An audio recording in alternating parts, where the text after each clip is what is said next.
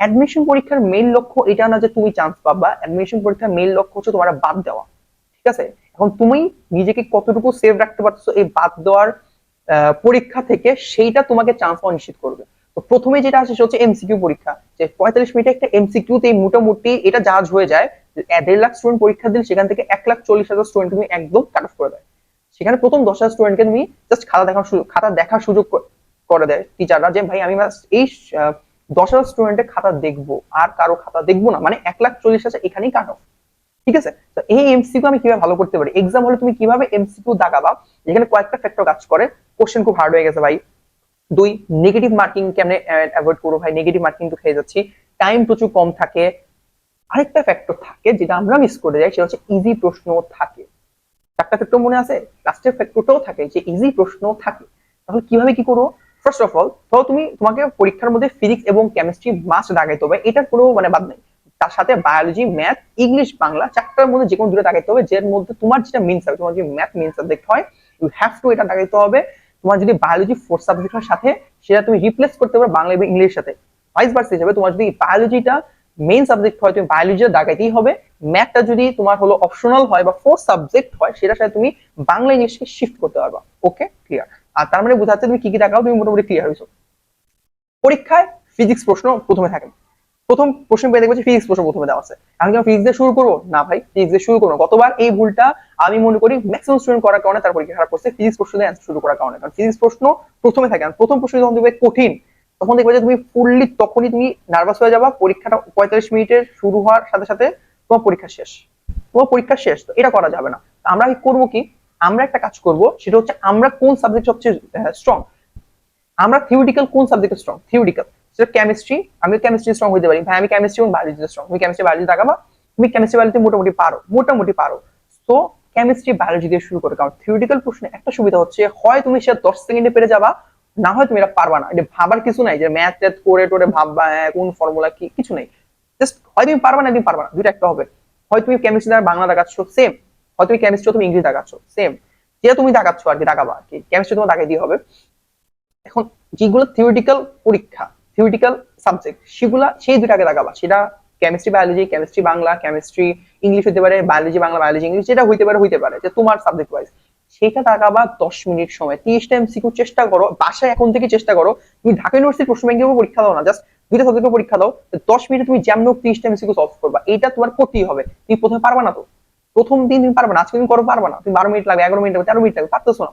কিন্তু যখন তুমি এটা করতে করতে করতে এরকম 4 বার 5 বার বাসা পরীক্ষা দিবা, 6 বার 7 বার পরীক্ষা দিয়েছো 3-4 দিনে, বিলিভ কর পরীক্ষা তোমার একটা কনফিডেন্স আছে, তুমি যেমন হোক সে 10 মিনিটে না হলে 11 মিনিটে পারবা। 11 মিনিটে যখন তুমি 30টা এমসিকিউ সলভ করতেছো, হইতে পারে তুমি একদম প্রথমে, জাস্ট প্রথম থেকে তুমি 20টা পারছো বা 18টা পারছো, ধরো তুমি 18টা পারছো প্রথম দেখায়, মানে পারোই না, এরপর বেশি পারতেছো না, 18টা ওকে, 18টা কারেক্ট হয়েছে। তো তুমি একটা কনফিডেন্স আসছে, তোমাকে 40 পাইতে হলে তোমাকে আর 22টা কারেক্ট করতে হবে। দেন গো টু ফিজিক্স কোশ্চেন, ফিজিক্সে সব কোশ্চেন কি তোমার ইয়া থাকে, কি বলে এটাকে, ম্যাথ থাকে না। কিছু প্রশ্ন থিওরিটিক্যাল থাকে, 4টা 5টা 6টা কোশ্চেন, 5টা কোশ্চেন থিওরিটিক্যাল, 10টা ম্যাথ নিয়ে থাকে। তো প্রশ্ন দেখো, প্রশ্ন খুব কঠিন হয়েছে, ঠিক আছে, প্রশ্ন কঠিন হোক, আমি পারতেছি না, আমি 5টা 6টা পারছি, 6টা দেখাবো, ডান, ক্লিয়ার, আমার কোনো ঝামেলা নেই, 6টাই দেখাইছি, ওকে। দেন গো টু দ্য ম্যাথ। এই যে ফিজিক্স তুমি অ্যান্সার করছো, ফিজিক্সে তুমি মোটামুটি আমি বলবো 11+9 9 মিনিট 20 মিনিটের মধ্যে তোমার ফিজিক্স সহ 3টা সাবজেক্ট দাগানো শেষ হবে। প্রথম দেখা যা পারছো। এবারও ম্যাথে তুমি 15টা প্রশ্ন, তুমি 15টাই পারো তা আলহামদুলিল্লাহ, তুমি 15 10টা পারছো, 10টা 10 মিনিট নাও, 11 মিনিট না 12 মিনিট নাও, 32 মিনিটের মধ্যে, মানে তুমি 10 মিনিট চেষ্টা করো, 10 মিনিটের মধ্যে তোমাকে যেমনে হোক ম্যাথটাও 32-33 মধ্যে, ম্যাথটা বা 35 মিনিটের মধ্যে, মিনিমাম 35 মিনিটের মধ্যে, বা অ্যাটলিস্ট সর্বনিম্ন সময় তোমাকে ম্যাথ সহ দাগা তুলতে হবে। ঠিক আছে, এরপর এরপর তোমার কাজ হবে আবার একটা রাউন্ড দেওয়া। 32 মিনিটের মধ্যে যদি পারো খুব ভালো, তাহলে তোমার 13 মিনিট থাকতেছে। 13 মিনিটকে তুমি আরো 2 ভাগে ভাগ করে আরো 2টা রাউন্ড দিবা, কোশ্চেন আগে 2বার রাউন্ড দিবা। যে তুমি 50% পারো, সেই কোশ্চেন গুলো এবার দেখো, 50% পারো, 50-50 মনে হচ্ছে, সেগুলো অ্যান্সার করে ফেলো। তাহলে দেখতেছো যে তোমার মোটামুটি দেখবে যে তুমি 40 থেকে 45টা দাগায় ফেলতে পারছো। কোশ্চেন খুব কঠিন হয়েছে, নেগেটিভ যাওয়ার দরকার নেই ভাই, আন্দাজ দেওয়ার দরকার নেই। কারণ 0.25 নেগেটিভ তোমাকে প্রচন্ড ভাবে ভোগাবে পরীক্ষার রেজাল্টের সময়। দেখবে যে তখন মনে হবে এই এমসিকিউ না গেলে আমি হয়তো পজিশনটা 200 পজিশন আগে আসতো, এরকম হবে, লিটারালি এরকম হবে যে 0.25 0.1 মার্কের জন্য 150-200 পজিশন এদিক সেদিক হয়। তো যখন এমসিকিউ মোটামুটি দাগানো হয়ে যাবে, এরপর যদি দেখো কোশ্চেন খুব কঠিন আসছে, আন্দাজে দাগানোর কোনো দরকার নেই। যদি দেখো কোশ্চেন মডারেট আসছে, ভাই কোশ্চেন মোটামুটি ইজি লাগতেছে, আমি কম 40টা দাগাইতে পারিনি, তাহলে 45টা পর্যন্ত দাগাও। কোশ্চেন খুব কঠিন আসলে 45 থেকে 50-এর মধ্যে, খুব খুব সোজা আসলে 50 to 55, মানে তুমি পারতেছো না এক্সট্রা, ভাই পারতেছো না দাগা লাভ নেই, পারলে দাগাও, পারলে 60টা দাগাও, আমার কোনো সমস্যা নেই, বাট না পারলে সে রেঞ্জ যাতে তোমার বেশি না হয় সেটা মাথায় রাখতে হবে, কারণ নেগেটিভের খেলাটা খুব ইম্পর্টেন্ট খেলা আসলে এখানে। এমসিকিউতে নেগেটিভ খেলা যাবে বেশি, যে তোমার পরে গিয়ে এফেক্ট করবে সিরিয়ালের ক্ষেত্রে, তুমি চান্স পাইছো কিন্তু সিরিয়াল এফেক্ট করতেছে। তো এই জিনিসগুলো আমাদের খেয়াল রাখতে হবে। ফার্স্ট আমি অ্যাটেম্প করবো ইজি কোশ্চেন্স, দেন মডারেট কোশ্চেন্স, দেন লাস্টে গিয়ে হার্ড প্রশ্নগুলো অ্যাটেন্ড করবো। তাহলে দেখবো যে পরীক্ষা হলো তোমার মোটামুটি 45 মিনিটের মধ্যে তুমি কভার দিতে পারছো এই 60টা এমসিকিউ, যেটা পসিবল, যেটা কিনা পসিবল, ভাইরাও দিয়ে আসছে, আমরাও দিয়ে আসছি। তো এটা পসিবল হবে, এইটা মাথায় রাখো, ঠিক আছে। এরপর দেখো যে তোমার কোশ্চেন কঠিন, কোশ্চেন কঠিন হলে নো নিড বেশি অ্যান্সার করার, কোশ্চেন ইজি হইলে মোটামুটি লেভেল অ্যান্সার করো, যতটুকু পসিবল তুমি যতটুকু পারছো অ্যান্সার করো।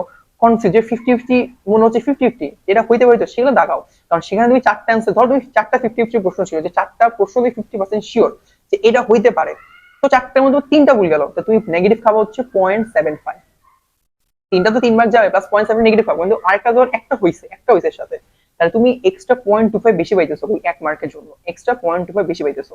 তাহলে নেগেটিভ এই তাহলে কি তুমি পজিশনটা অ্যাটলিস্ট 0.25 মার্ক আগায় গেল, এইভাবে তুমি ক্যালকুলেশন করতে পারো, ঠিক আছে। এইভাবে তুমি নিজের সাথে আমি ধরাই দিলাম, তুমি এভাবে ভাবতে পারো যে আচ্ছা আমি 4টার মধ্যে যদি একটাও হয় তাও আমার সুবিধা আছে, 5টা দাগালাম যে 2টাও হয় তাহলে তো আমার অনেক সুবিধা, এইভাবে যদি ভাবো তাহলে অ্যাটলিস্ট 50-50 যেগুলা, 50-50 না হলে দরকার নেই, ঠিক আছে। এইটা হওয়া উচিত তোমার এমসিকিউ দাগানোর একটা সহজ প্রসেস। কারণ এইভাবে অনেকেই ভাবতে পারি না, আমরা প্রথমে ফিজিক্স দিয়ে শুরু করি, ম্যাথ দিয়ে শুরু করি, যে ভুলটা করার জন্য ভাই আমাদের পরীক্ষা খারাপ হয়, এটা আসলে কোনোভাবেই হওয়া যাবে না, কোনোভাবে হওয়া যাবে না। পরীক্ষা ভালো দিতে হবে, পরীক্ষা ভালো দেওয়ার জন্য আমাদের প্রথমে সহজগুলা দিয়ে শুরু করতে হবে, দ্যাটস ইট। তো পরীক্ষা ভালো হবে, যাদের দরকার আছে আমাদের গ্রুপে জয়েন হয়ে যাও, গ্রুপে দেখো অনেক কিছু দেওয়া আছে, পরীক্ষার প্রশ্ন দেওয়া আছে, পরীক্ষা তো আমরা ফাইনাল মডেল টেস্ট প্রশ্নগুলো দিব, জাস্ট গো ফর ইট, আর তোমাদের হেল্প করার জন্য সবসময় আছে, ঠিক আছে। ধন্যবাদ।